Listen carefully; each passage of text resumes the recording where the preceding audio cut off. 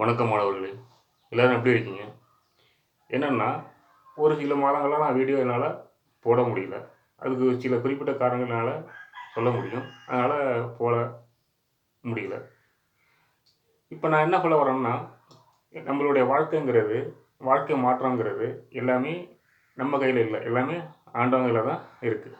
இப்போ எப்படின்னா, இப்போ 12th accountancy, commerce, Tamil, English, maths எல்லாமே மோஸ்ட்லி நம்ம என்ன பண்ணியிருக்கேன், என்னுடைய வீடியோவில் போட்டிருக்கேன். இப்போ எப்படின்னா, இப்போ சில விதமான கருத்துக்களை மட்டும் நான் சொல்லிக்கிறேன்.